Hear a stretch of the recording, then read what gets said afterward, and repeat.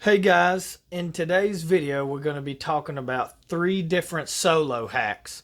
Now these are actually ones that I use if it's even sometimes subconsciously. These are extremely easy. They're like low hanging fruit kind of little tricks and stuff to help you jump into a solo if you're jamming with your band or at church and you're trying to figure out how to jump into a lead part or a solo. um, Wherever you might be playing, this stuff can hopefully help you because it's things that I actually use. Uh, the very first one that I'm going to do is extremely easy, and it's where most people kind of start as far as solos go when you're learning scales and stuff like that. Now, if you are like me and a whole lot of guitarists, you have trouble sometimes directly correlating music theory or a scale, a mode, or something directly into something that feels organic and fits the song. You might find yourself trying to play a scale and it sounds like a robotic, almost like a fingered exercise or something.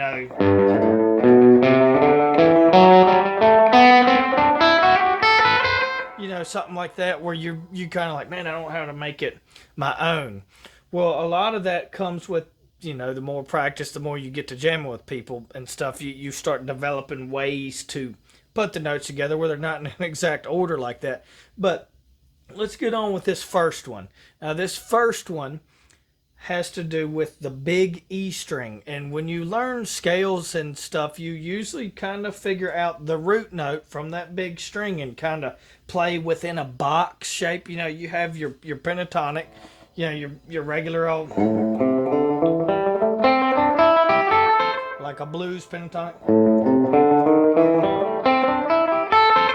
major, which is what I played at the beginning. But all that was in the key of A. But see, they all had that one thing in common. They started with that A note on the big string, and a lot of these. I'm going to kind of just stick with A, but you can do this stuff with any notes. And for one thing, for this first trick that I'm showing you here with this big E string or the sixth string, is you really need to know your notes on this big string as far as which one is where, and kind of try to memorize those. And this would be an excellent start for you to start learning how to jump into a solo with this big string. A quick crash course on that.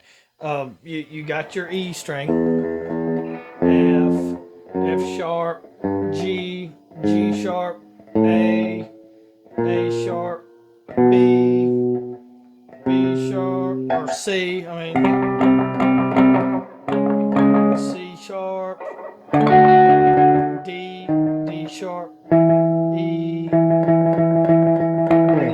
Now, you'll notice there was no B or E sharps in there. Those are the two notes that don't have any sharps. So be no sharps for B or E. It's a little like a kitty nursery rhyme thing to help you remember that. But I have a little loop jam here to help you kind of see, like help you kind of demonstrate. I just laid down a little. It's almost kind of country like rock sounding or something, but it's in the key of A just to keep this really simple. I'm gonna click that loop on, and you can see how we can use that big string to kind of try to jump in there. And you may or may not know what key you're in, so you might have to fiddle around and find where you're at. But see, I know I'm in A, so I might start something like this.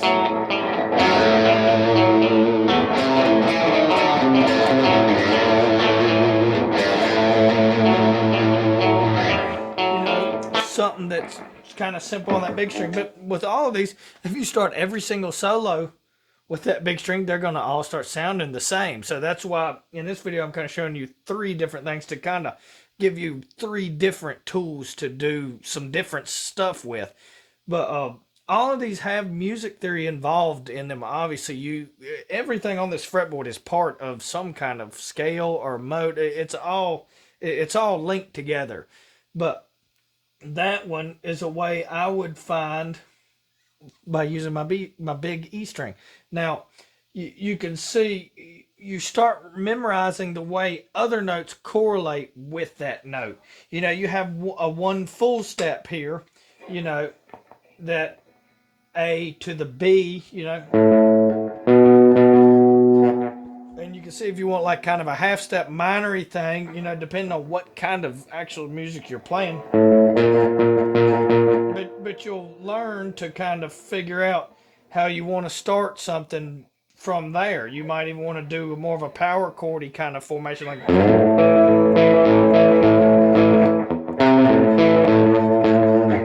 But let's get on with this second one. This second one is actually probably my most used one over the years, and this one is, it's kind of the same deal as that big E string, which, by the way, you can obviously kind of do the same thing on that first one on the little E string too, because it's the exact same notes and on the same frets if you're tuned in standard tuning.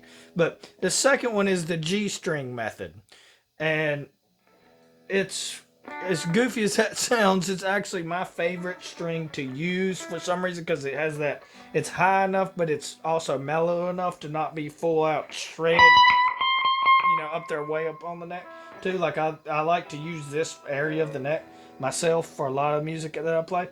But I'll show you, I'll click that looper on there again, and I'll show you kind of what I would do with the G string to actually to figure out where I'm at on the fretboard with a solo. So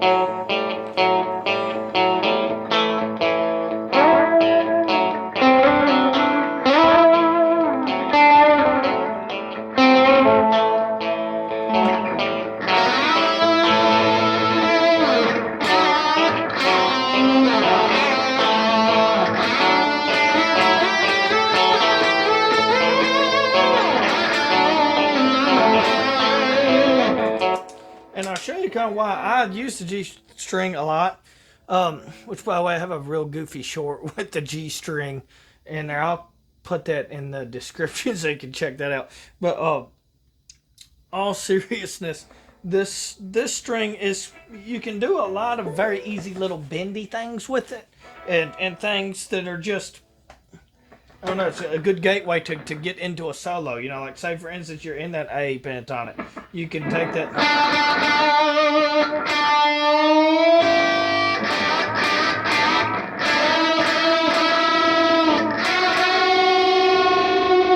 you know, or you can slide it up to it.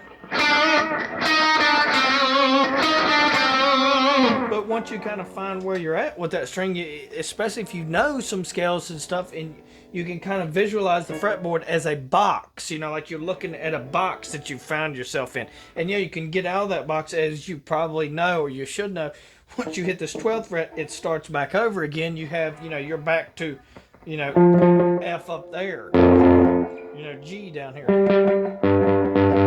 And you can do the same stuff but way up here, but you need to kind of have a general kind of an understanding of how the notes go together. But that's the G string, the third string, is a very easy way to find us, because you can kind of slide into it even if you're not exactly sure what's going on with what the key is and stuff. Now this last one is probably the most difficult of all of them. Not that it's that crazy or nothing, but it kind of takes a little bit more knowledge as far as different chord voicings on the neck.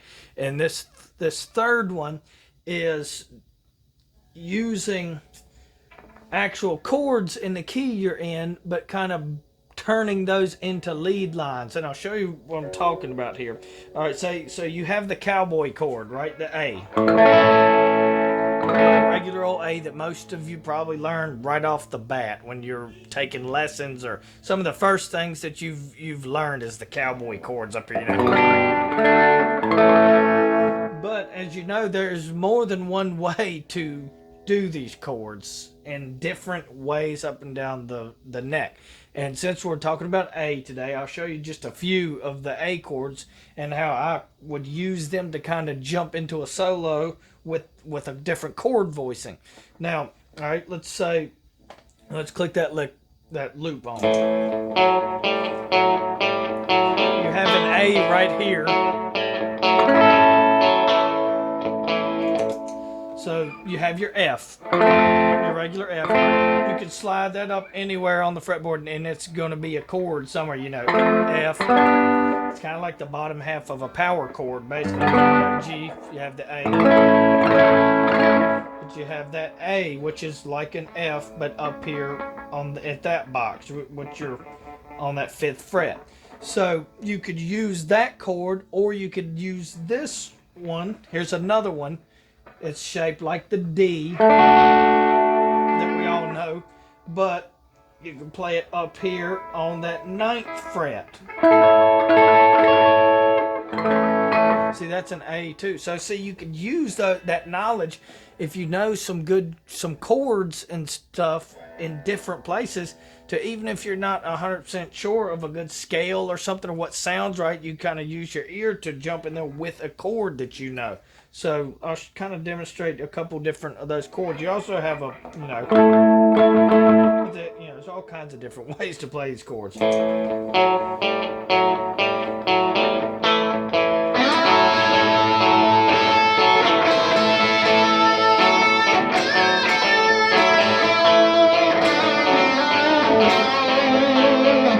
then you can, with that F style,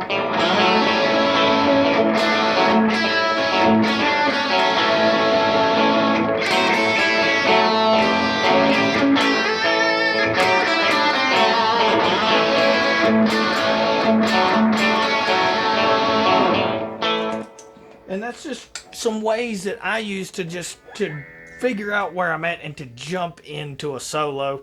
Hopefully those were some little tricks that can help you. And with any of those, if you use the same one over and over and over, it's gonna get real old. But those are just 3 little easy tips that can help you see the fretboard and see how important it is to know the fretboard, and to see really how important chords are too, even for doing leads. You know, Pink Floyd, what is that old song? You can't have your pudding if you don't have any meat. How are you going to have your pudding if you don't have any meat? And that's basically what the chords are. The chords are the meat. You kind of got to know some chords, and it really unlocks a lot of other stuff for you, even if you don't fully know the scale that you're in, or what what to do. You can kind of start noodling around, and the more you do this, the more practice, the more repetition you are jamming with your buddies or your band or whatever, you can start to see tricks, and you learn how to do more organic style, more natural feeling solos, and being able to use the music theory that but let it go hand in hand with your imagination too, to make it yours, to make it something special. But that's today's video. Let me know if this is something that helped you at all, or if you're like, dude, I've been doing that for 50 years. Like, let's learn something cool, man. Let me know. Anyways, thanks for watching.